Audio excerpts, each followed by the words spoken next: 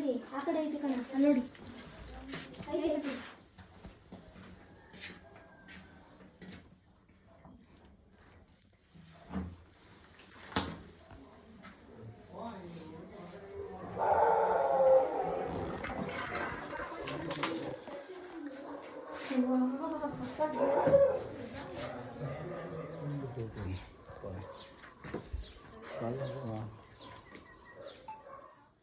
ಆಯಿತು.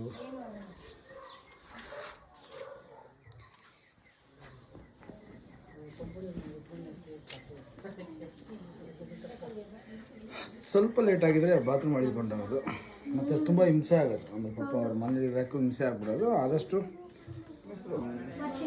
ವರ್ಷಿಣಿ ಕುಂಬಪುರ ಊರು ಇದು. ನಿಮ್ದನ ಮನೆ? ಏನು ಹೆಸರು? ರೇಣುಕಮ್ಮ.